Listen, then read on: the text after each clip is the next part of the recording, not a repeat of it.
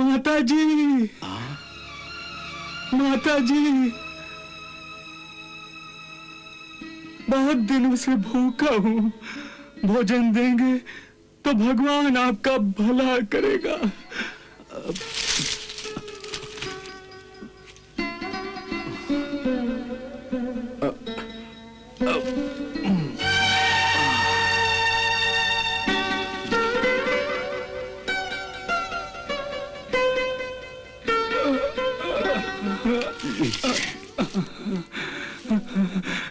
भगवान आपका भला करे। हम दोनों ने बचपन में सांदीपनी मुनि के आश्रम में साथ साथ अध्ययन किया है। इस कारण सुदामा मेरा मित्र भी है। परंतु क्या सुदामा मित्रता का धर्म जानते ही नहीं? नहीं सत्यभामे, सुदामा सब धर्म जानता है, परंतु परिस्थिति के कारण सुदामा दुविधा में फंस गया है। एक ओर वो मित्र से कुछ मांगना नहीं चाहता, दूसरी ओर अपने परिवार का पालन भी करना है। वो भी तो उसका धर्म है। उसे इसी बात का दुख है कि वो परिवार का पालन पोषण ठीक तरह से करने में असफल हो रहा है। फिर भी वो आपके पास क्यों नहीं आते? इसलिए कि उसके मन में शंका है कि कृष्ण जो उसका बाल सखा है, अब द्वारिकाधीश हो जाने के बाद गरीब सुदामा को पहचानेगा कि नहीं। प्रभु, आप तो अंतर्यामी हैं। सब कुछ जानते हुए भी आप केवल दूर से दर्शक की भूमिका निभा रहे हैं। क्या सुदामा की भक्ति में कुछ कमियां हैं?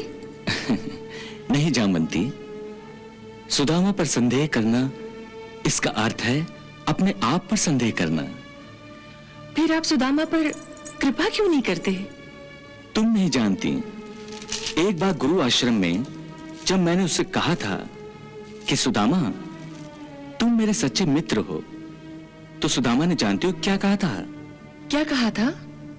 सुदामा ने कहा था वो मेरा सच्चा मित्र नहीं है, मुझे उसको मित्र मानना गलत है।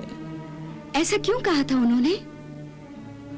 उसने कहा कि मित्र उसे कहते हैं कि जो संकट में, बुरे काल में अपने मित्र की सहायता कर सकता है। हे कृष्ण, तुम तो मेरी सहायता कर सकोगे, परंतु मैं तो एक गरीब ब्राह्मण हूं। कृष्ण, यदि तुम पर कभी संकट आ गया तो मैं तुम्हारी क्या सहायता कर सकूंगा? इसलिए मुझे अपना मित्र ना बनाओ। वाह, सुदामा जैसे आपके मित्र को देखने की उत्सुकता अब मेरे मन में भी जागृत हुई है। सत्यभामे, घर गृहस्थी की चिंता में फंसे हुए प्राणी भक्ति योग की साधना नहीं कर सकते। सुदामा इस दुनिया का एक उत्तम उदाहरण है। सुदामा यदि पूर्ण रूप में भक्ति योग की साधना करता है, तब वो अपने बच्चों और पत्नी पर अन्याय करता है, और जब वो घर गृहस्थी पर ध्यान देना चाहता है, तब भक्ति योग की साधना नहीं कर पाता। यही उसकी समस्या है। तो फिर इस समस्या का हल कब होगा?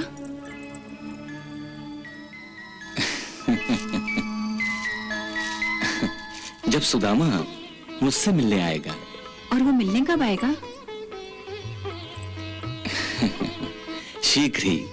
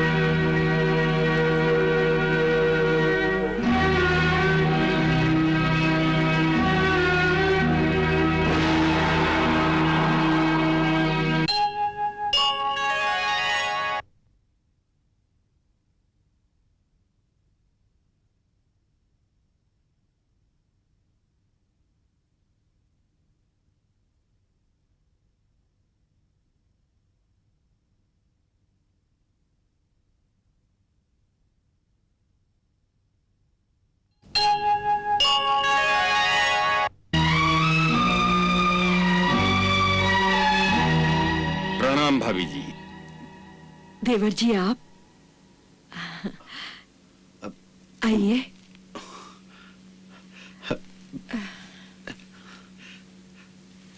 आओ मित्र, आइए ना।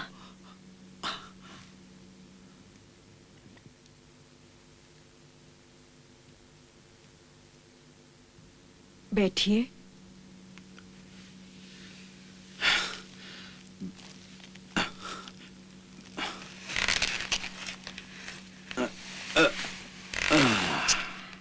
आपने तो मुझे चौंका ही दिया। आप पालकी से कैसे? राजा ने मेरा सम्मान किया है भाभी जी। दरबार में मेरा महत्वपूर्ण स्थान है और काम क्या, केवल राजा के सामने अपनी विद्वत्ता का प्रदर्शन करना। विद्वता का नहीं, बल्कि राजा की चापलूसी का प्रदर्शन करना। अपनी कविता में राजा के उन गुणों का गान करना जो राजा में है ही नहीं। ये काम एक चारण और भाट के होते हैं, एक ब्राह्मण के नहीं। सुन लिया आपने भाभी जी। सुदामा की इसी विचारधारा की वजह से इस घर की ऐसी हालत है। भाभी जी, सुदामा मुझसे कई गुना ज्यादा विद्वान है। फिर भी आपके बच्चों को भर पेट खाना नहीं मिल सकता। आजकल पूजा पाठ से कोई लाभ नहीं होता। इससे अच्छा है कि सुदामा राजा के दरबार में जाए और मेरी तरह ही राजा के गुणों का गान करे। मैंने सुदामा को कहा था, परंतु मेरी तो मानता नहीं, इसलिए आपके पास आया हूं। अब आप ही से समझाइए। भाभी जी, एक बार, केवल एक बार यदि राजा की कृपा हो गई तो आपके भाग्य के जो दरवाजे बंद हैं शीघ्र ही खुल जाएंगे। और जिस गरीबी ने आपके घर में आश्रय लिया है, वो गरीबी राजा के केवल एक इशारे से इस घर का त्याग कर देगी। और फिर मेरी तरह ही सुदामा भी जब पालकी से जाएगा, तब सबसे अधिक आनंद आपको ही होगा भाभी जी। इसे समझाइए भाभी जी। अवश्य समझाऊंगी, आप निश्चिंत रहिए। मैं आपको वचन देती हूँ, मेरे पति कल आपके साथ राजा के पास अवश्य जाएंगे। तो बस समझ लो भाभी, सब ठीक हो जाएगा। प्रणाम भाभी जी। प्रणाम।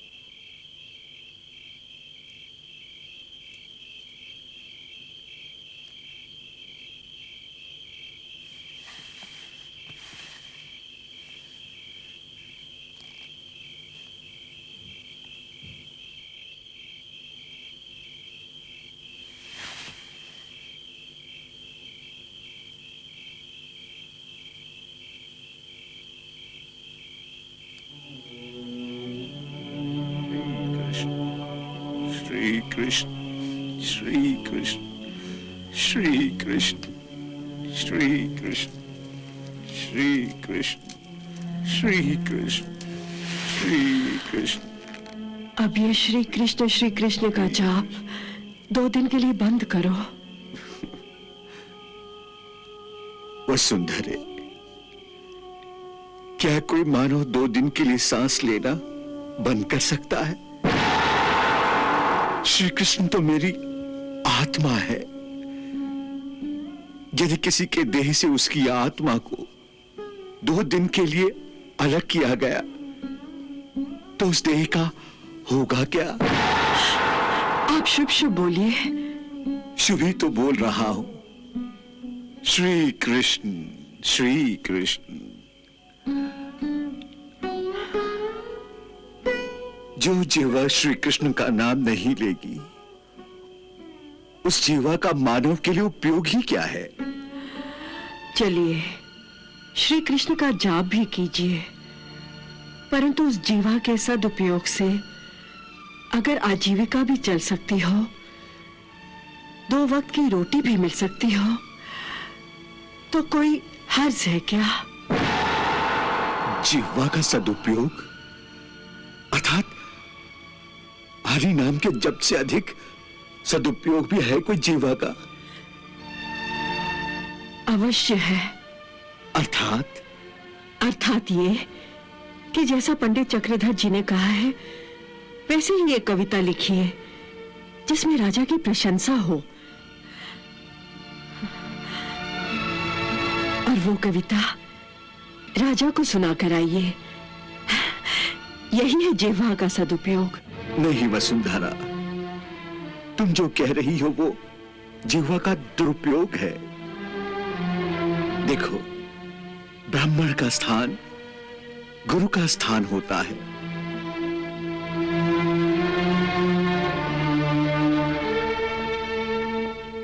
उसका धर्म है मानव जाति को शिक्षा देना।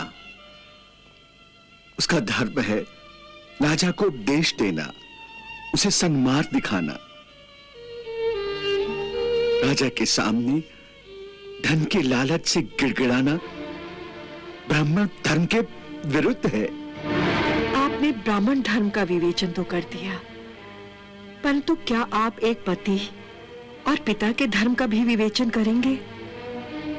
हाँ, पति का धर्म है स्त्री की रक्षा करना, उसका दुख बांटना, उसको सुखी रखना।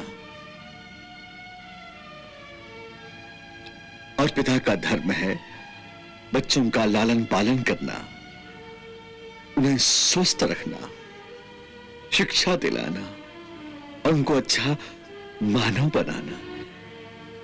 क्या आप एक पति और पिता होने के नाते अपने धर्म का पालन करने में सफल रहे हैं?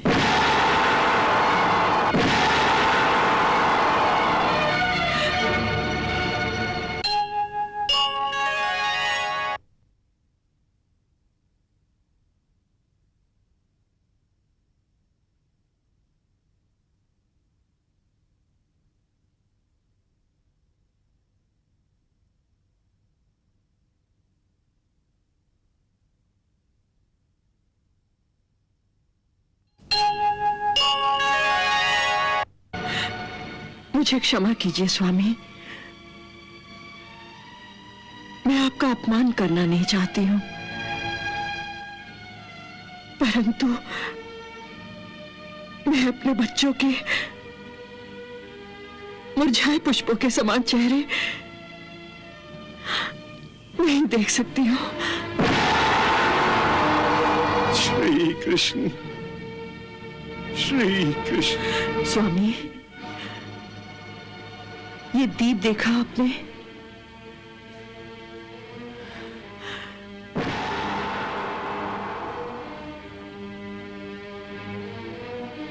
इसे जलने के लिए तेल की आवश्यकता होती है। ठीक उसी प्रकार हमारे बच्चों को बड़े होने के लिए अन्न की आवश्यकता है। स्वामी, तेल समाप्त हो जाने पर दीप बुझ जाता है। स्वामी, कहीं ऐसा ना हो कि अधिक कहने की आवश्यकता नहीं। मैं चक्रधर के साथ राजा के पास अवश्य जाऊंगा।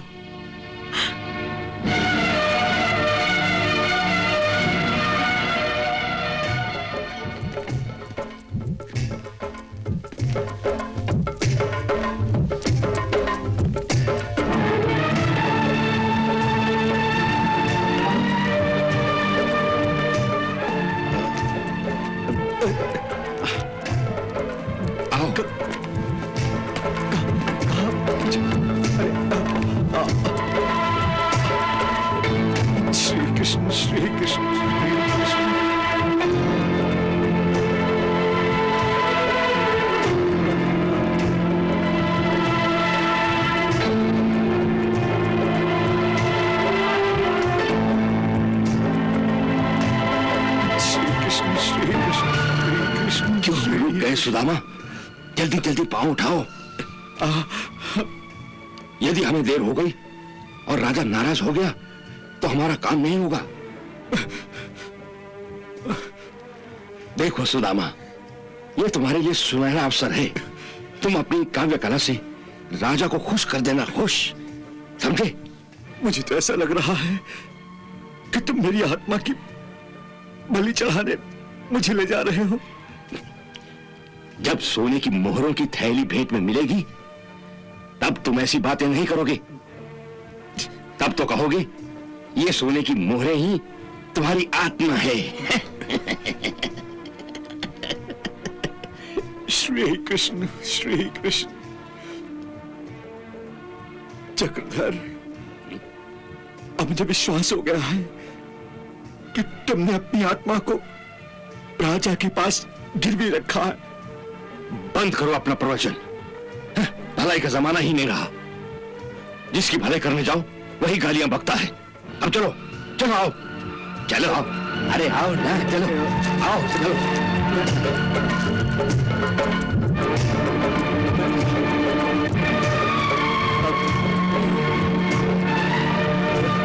चलो आओ मेरे साथ।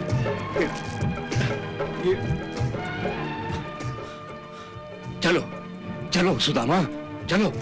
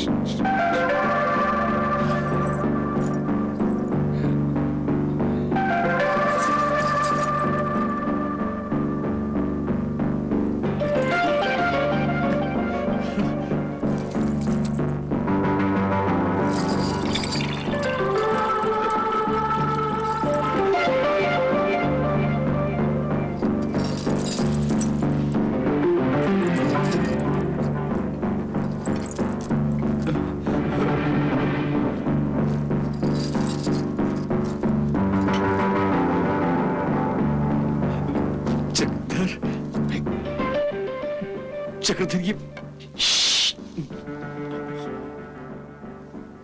कुछ बोलने की आवश्यकता नहीं है।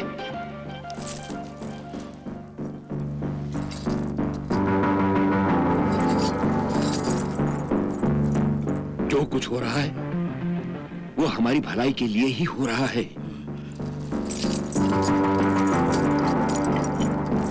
ऐसी बेहोशी में राजा कदाचित एक की जगह दो दो थैलियां दे सकता है।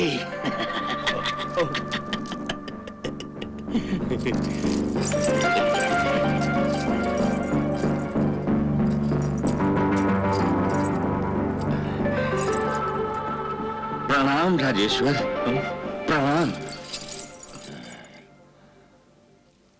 कौन? मैं चक्रधर हूं राजेश्वर, चक्रधर। अच्छा, चक्रधर, तुम मुझे दो दो दिखाई दे रहे हो। राजेश्वर, जो दूसरा चक्रधर आपको दिखाई दे रहा है वो है मेरा मित्र सुदामा। सुदामा।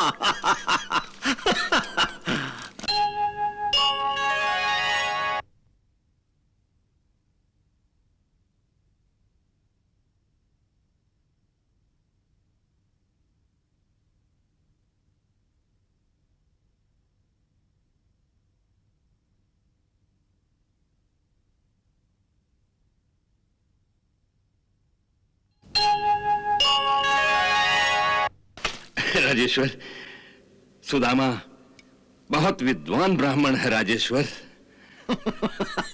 विद्वान ब्राह्मण।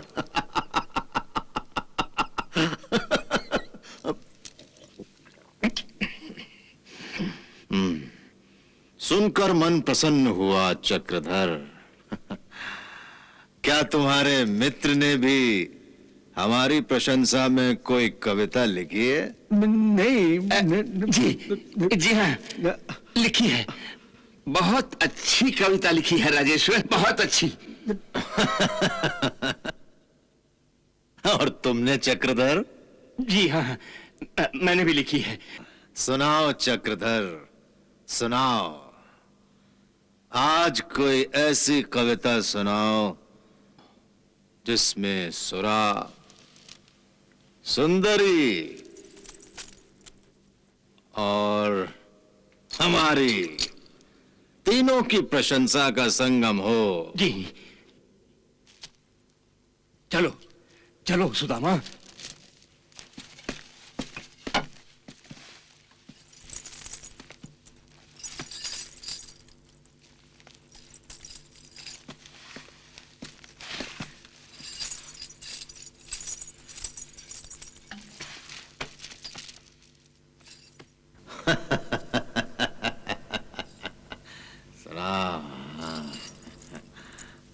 सुनाओ चक्रधर, सुनाओ।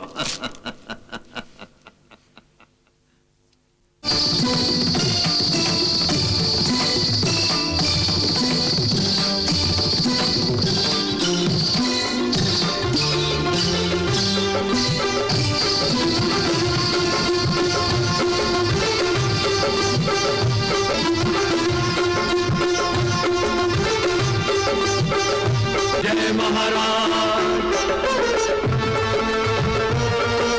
जय महाराज। तुम प्रेम वीर, तुम दान वीर, तुम सुंदरता के पुजारी। दासों के दास हम किस मुख से प्रभु शोभा कहे तुम्हारी। जय जय महाराज, महाराजाधिराज। जय महाराज, जय महाराज, महाराजाधिराज।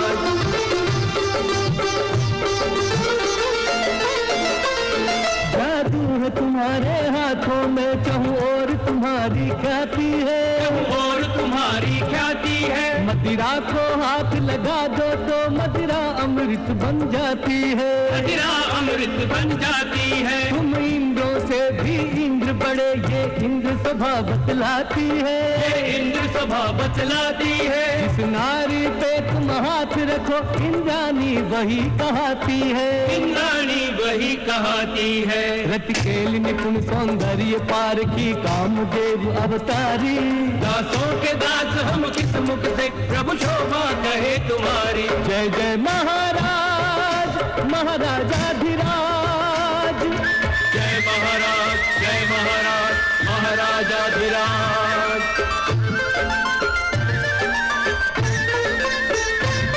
देवों के लिए होंगे कुबेर, अपने तो देव कुबेर तुम्ही, अपने तो देव कुबेर तुम्ही। भगवान के चरणों से हटकर अब दृष्टि इन्हीं चरणों पे थमी, अब दृष्टि इन्हीं चरणों पे थमी। अपनी बिरदावल के हमसे दो बोल जो तुम सुन लेते हो, दो बोल जो तुम सुन लेते हो। कभी अंगूठी कभी कंठहार पल में उतार दे देते हो, पल में उतार दे देते हो। हे नर कुबेर मत करो देर, तुम दाता हम है भिखारी।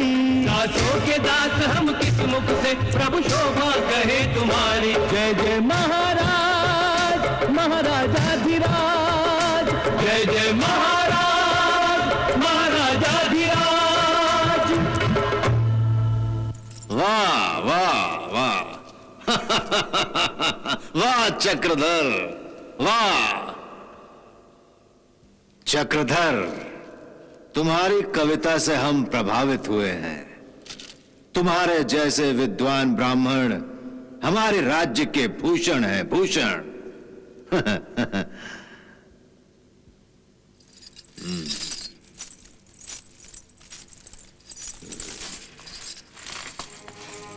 ये लो।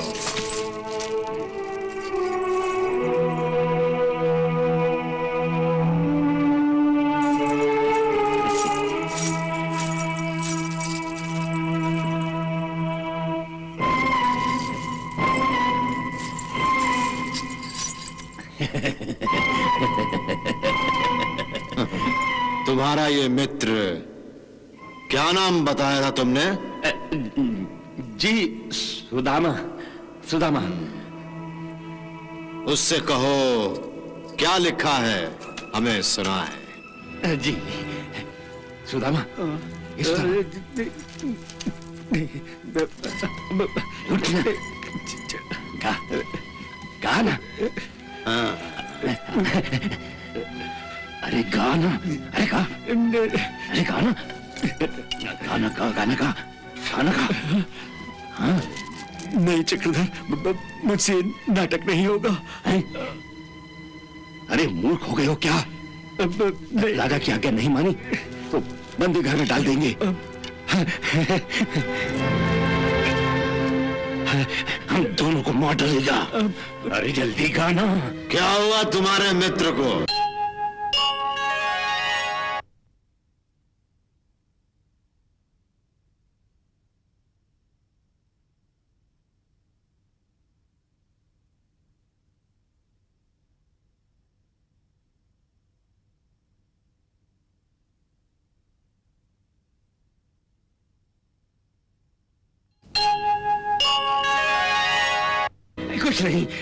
कुछ नहीं महाराज, कुछ नहीं, अपनी कविता याद कर रहा है। इतनी जल्दी भूल गया? भूल नहीं गया महाराज, भूल नहीं गया।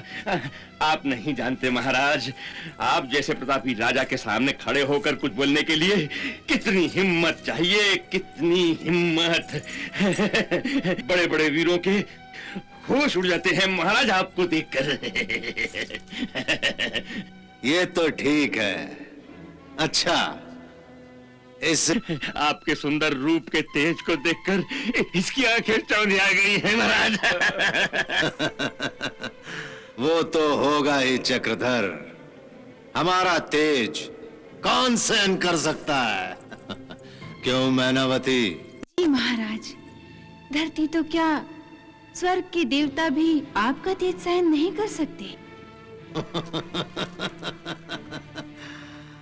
अच्छा चक्रधर, इससे कहो कि यदि हमारे रूप का तेज सहन नहीं होता तो अपनी आंखें बंद करके हमें कविता सुनाए। जी। अब देर मत करो। हम आज्ञा देने के बाद प्रतीक्षा करने के आदि नहीं।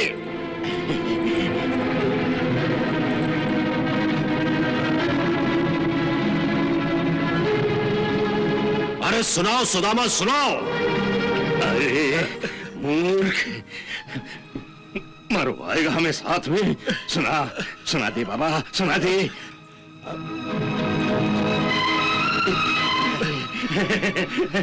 अब फांसी के फंदे पर लटकवाएगा। मैंने कुछ नहीं लिखा चक्रधर, मैंने कुछ नहीं लिखा। अबे जो याद है वही सुना दे, जो याद है वही सुना दे। जो याद है वही सुना दे, जो याद है वही सुना दे। मुझे कुछ दोहे याद हैं। अब दोहे वही सुना दे। इस अवस्था में उसको क्या समझ में आएगा? सुना, सुना। अरे सुनाओ सुदामा, सुनाओ।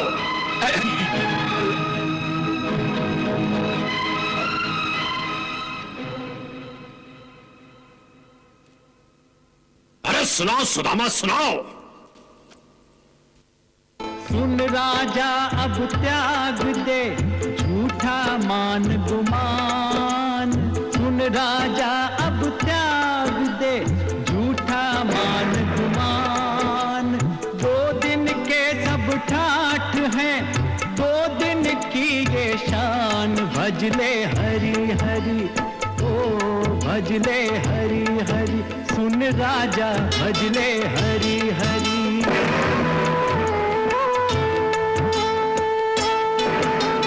कल राजा कोई और था, कल होगा कोई और। कल राजा कोई और था, कल होगा कोई और। किसी एक के शीश पर सदा रहे ना मोर। भजले हरि हरि, ओ भजले हरि हरि। ओ मूर्ख भजले हरि हरि।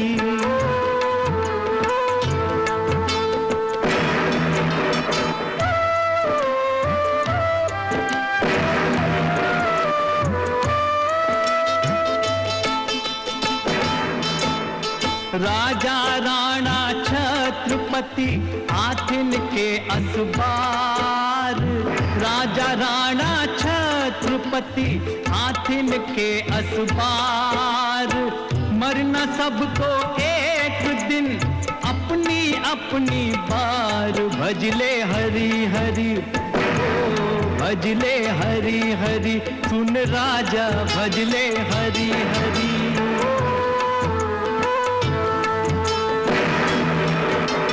दाम बिना निर्धन दुखी, तृष्णा वश धनवान।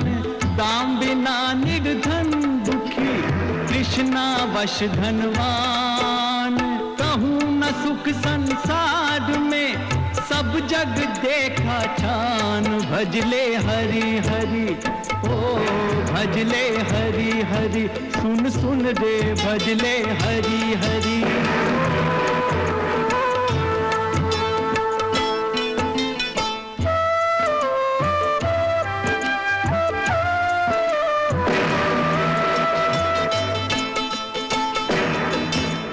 सर्वनाश के मूल हैं ये सब भोग विलास।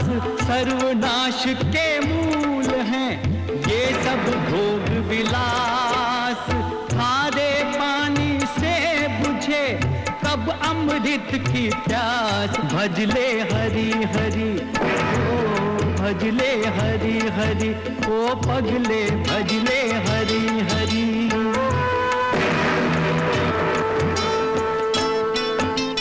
कोई तेरे पाप का भाग न बाटन हार।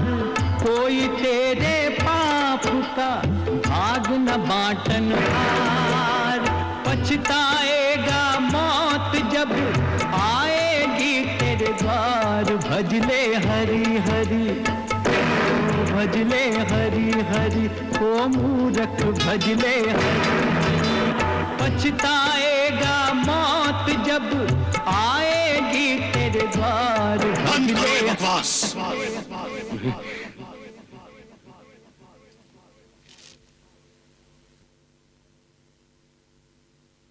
कोई है? ये मूर्ख हमें मृत्यु का द्वार दिखाने आया है। इसे ही मृत्यु के द्वार तक ले जाओ और महल की छत से नीचे फेंक दो। जो आज्ञा महाराज।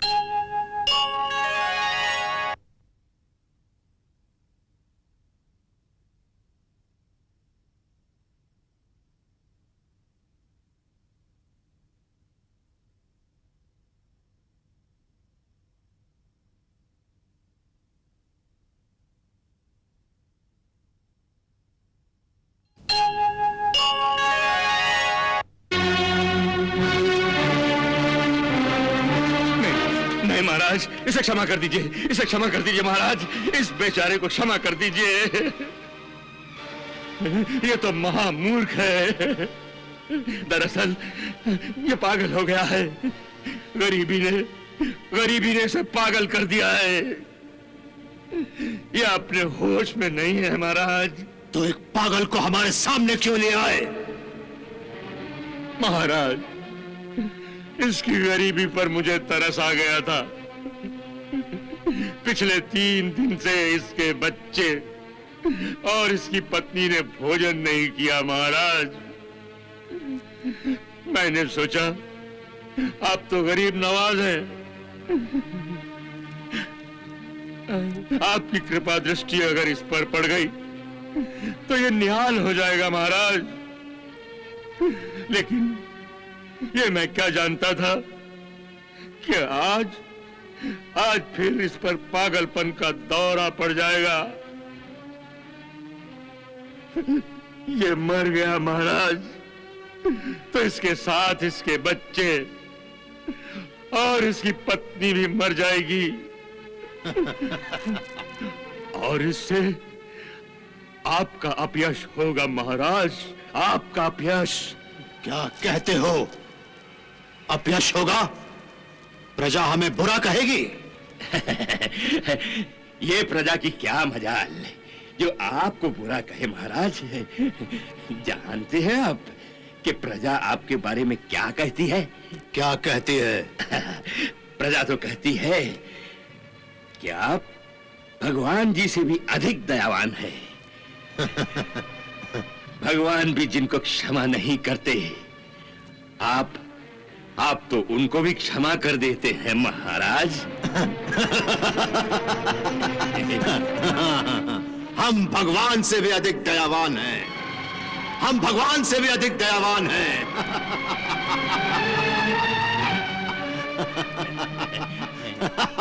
वाह चक्रधर वाह, हम भगवान से भी अधिक दयावान हैं। हम सबको क्षमा कर देते हैं। हाँ। क्षमा कर दो, क्षमा कर दो इसे छत से फेंको नहीं, केवल धक्के मारकर निकाल दो। ले जाओ, जो आज्ञा।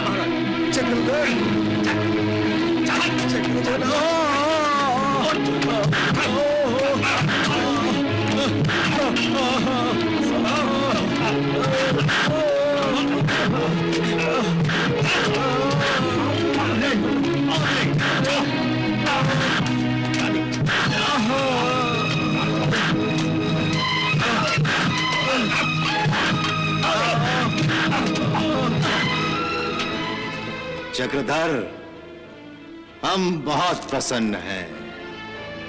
तुमने हमें भगवान से भी अधिक दयावान बना दिया।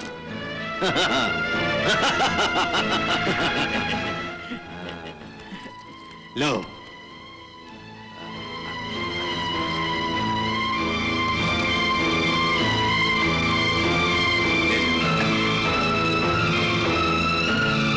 लो, डरो नहीं।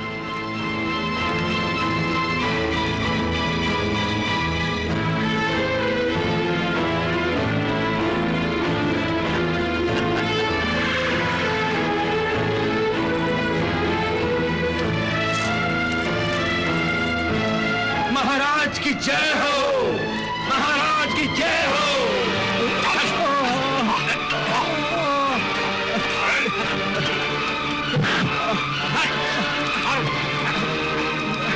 जा, चला जा। तेरे भाग्य अच्छे जो तुझे राजा जी ने जीवित छोड़ दिया। जा।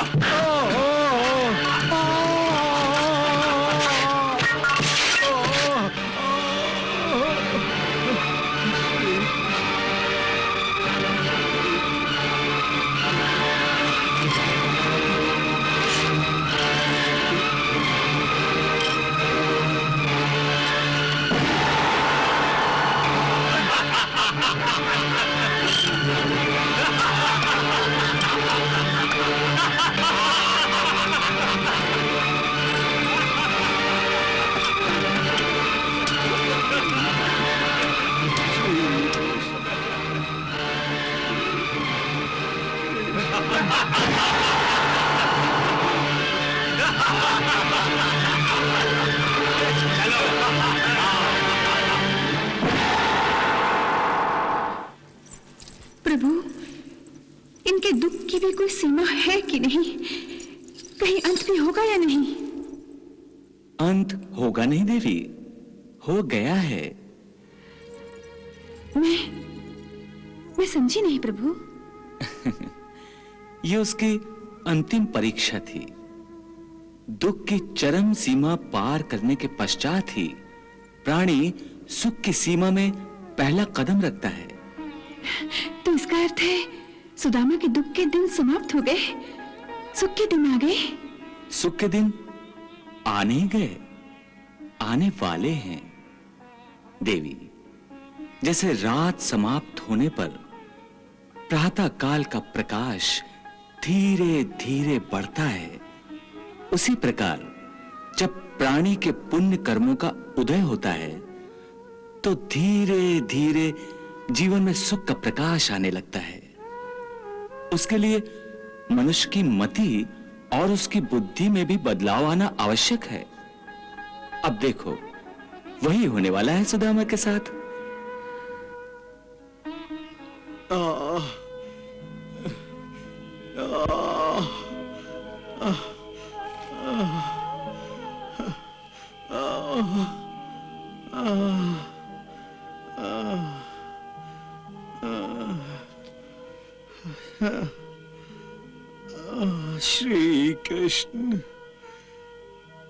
श्री कृष्ण, श्री कृष्ण, श्री कृष्ण, श्री कृष्ण, श्री कृष्ण,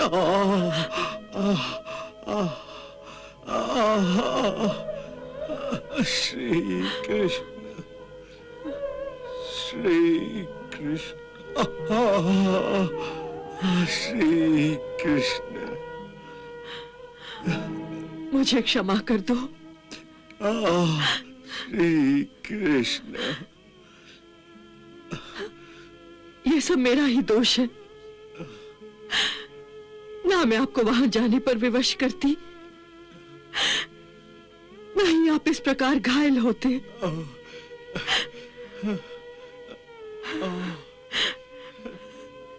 हे विधाता, हमने तेरा क्या बिगाड़ा है जो तू हमें इतने दुख दे रहा है? नहीं वसुंधरे, इसमें विधाता का कोई दोष नहीं।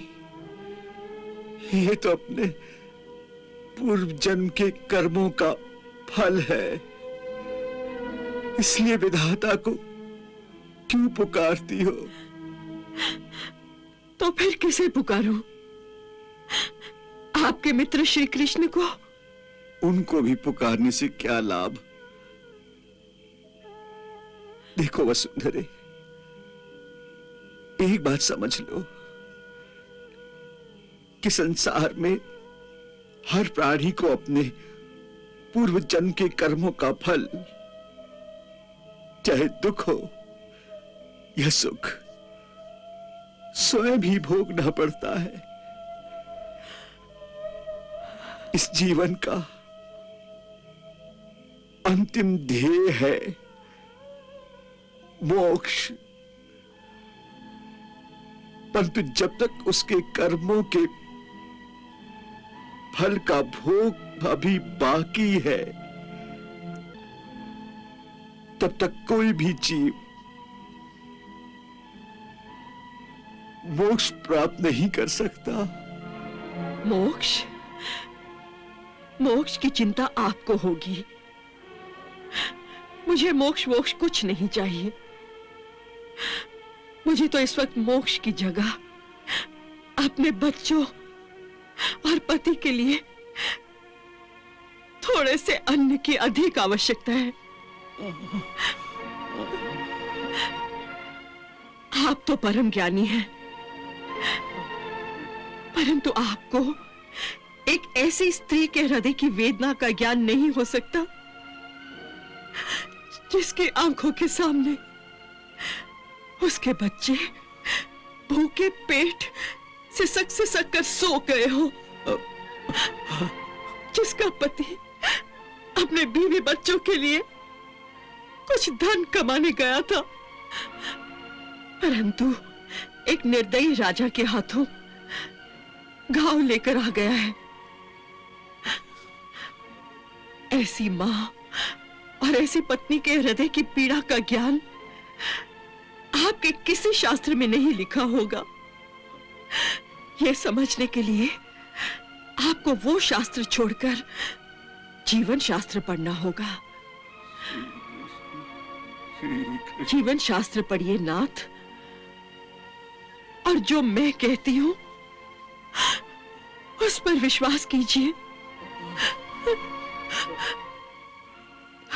मुझसे अब और सहा नहीं जाता, नहीं सहा जाता।